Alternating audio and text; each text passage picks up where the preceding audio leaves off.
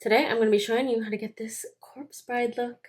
First, we gotta glue down these eyebrows with the strongest glue you got, baby. Now I'm mixing together this light blue paint with a white just to make a really pale blue. Now I am smearing that blue all over my face. Blending, blending, blending. Adding in some blue eyeshadow. We're getting this really sad girl eye shape. Listen, this look has been a disaster, but you know, we're trucking along.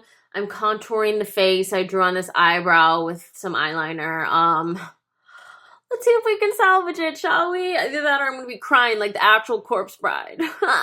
I'm drawing on some lashes with water-based paint, and dare I say, this look might be coming together. I don't want to get too excited. I'm putting on the biggest lashes I own, darling. Adding this super pretty mauve pink. Oh, hello. Did we salvage the look? Now we're doing the body painting. I was gonna skip this part, but I decided to go ahead and outline a hole for the face where her teeth show. Ugh, whatever. I want it to be lazy.